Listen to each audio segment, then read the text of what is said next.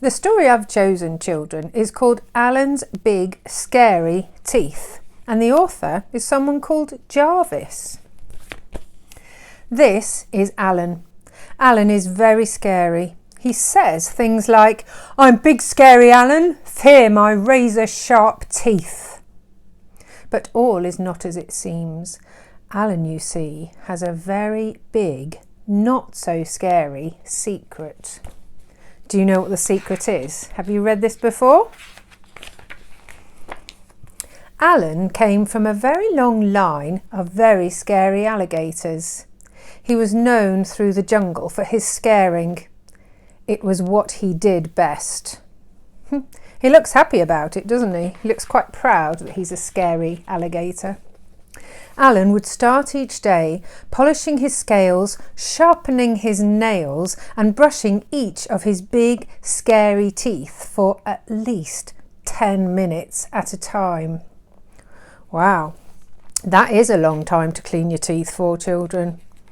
And after practicing his frightening faces in the mirror, do you ever do that? Frighten yourself in the mirror, pull faces at yourself in the mirror?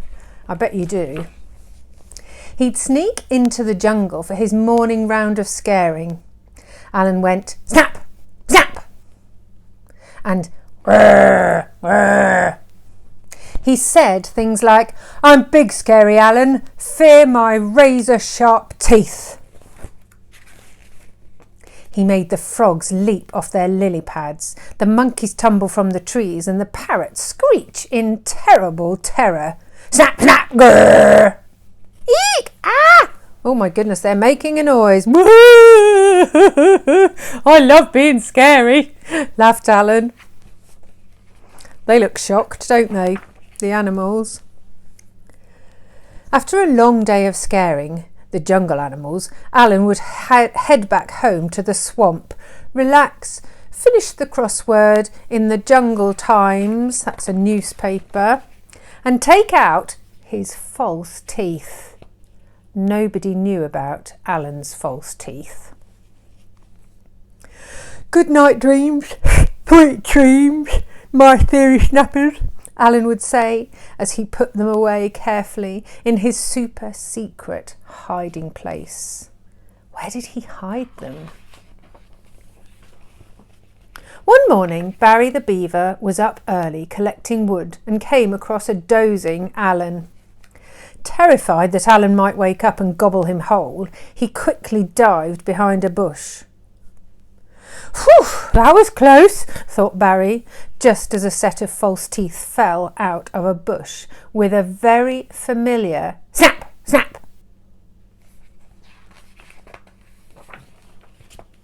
When Alan woke, his teeth were gone. "My teeth, my teeth! Where are my teeth?" What else could he do? Maybe no one would notice. Could he still be scary without them? He decided to head into the jungle as usual. He made the frogs leap off their lily pads, the monkeys tumble from the trees, and the parrots screech with laughter. Alan just wasn't scary without his teeth.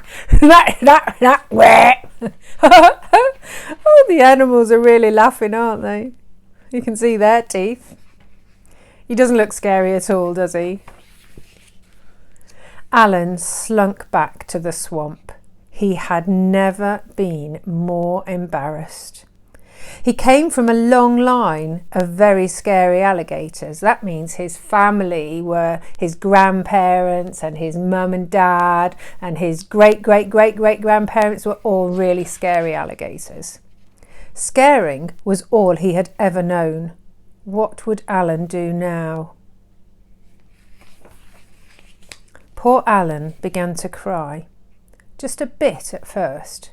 But then the tears kept coming. He howled and he howled and he yowled more than all the jungle babies put together. And he could not stop crying until... Next morning, all the animals turned up at Alan's swamp with his big, scary teeth.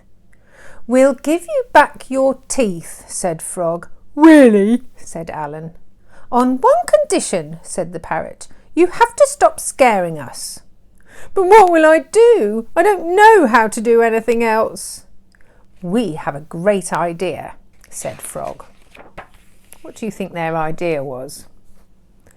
And so every day, after polishing his scales, sharpening his nails and brushing his big, scary teeth, Alan headed into the jungle and became Alan the gardener, Alan the hairdresser, and Alan the dentist.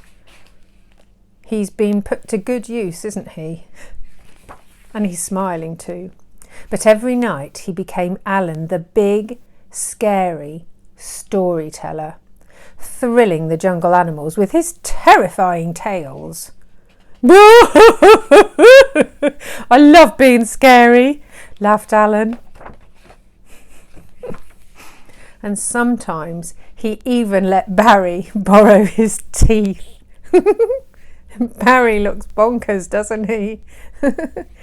That's a good story. That made me laugh. Did you like that one? Dear me. Poor Alan. He was sad, wasn't he?